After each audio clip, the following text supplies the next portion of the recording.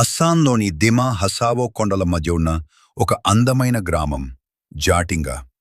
పచ్చని చెట్లు, మంచు కురిసే సాయంత్రాలు. పైకి చూడటానికి ఇది ఒక స్వర్గంలా కనిపిస్తుంది. కానీ ఈ అందం వెనుక ఒక భయంకరమైన రహస్యం దాగి ఉంది. దశాబ్దాలుగా ప్రపంచాన్ని వణికిస్తున్న ఒక మిస్టరీ. ఇక్కడ పక్షులు ఆత్మహత్య చేసుకుంటాయి.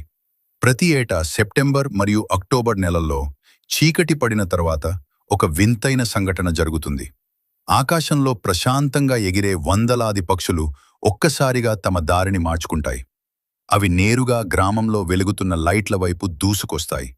గోడలకు, చెట్లకు కొట్టుకుని ప్రాణాలు వదులుతాయి. శాస్త్రవేత్తలు దీనిని బర్డ్స్ మాస్ సూయిసైడ్ అని పిలుస్తారు. కాని పక్షులు ఆత్మహత్య చేసుకుంటాయా?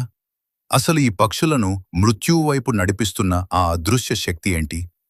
ఈ వింత గురించి 1905లో స్థానిక నాగా తెగ ప్రజలు మొదటిసారి గమనించారు. ఆకాశం నుండి పక్షులు రాలడం చూసి అది దెయ్యాల పని అని వారు భయపడి ఆ గ్రామాన్ని వదిలి వెళ్ళిపోయారు. తర్వాత అక్కడ స్థిరపడిన జైంతియా తెగ ప్రజలు కూడా ఇదే చూశారు. వారి నమ్మకం ప్రకారం ఆకాశంలో ఉండే శక్తులు పక్షులను బలి కోరుకుంటున్నాయని, అందుకే అవి అలా కింద పడిపోతాయని భావించేవారు.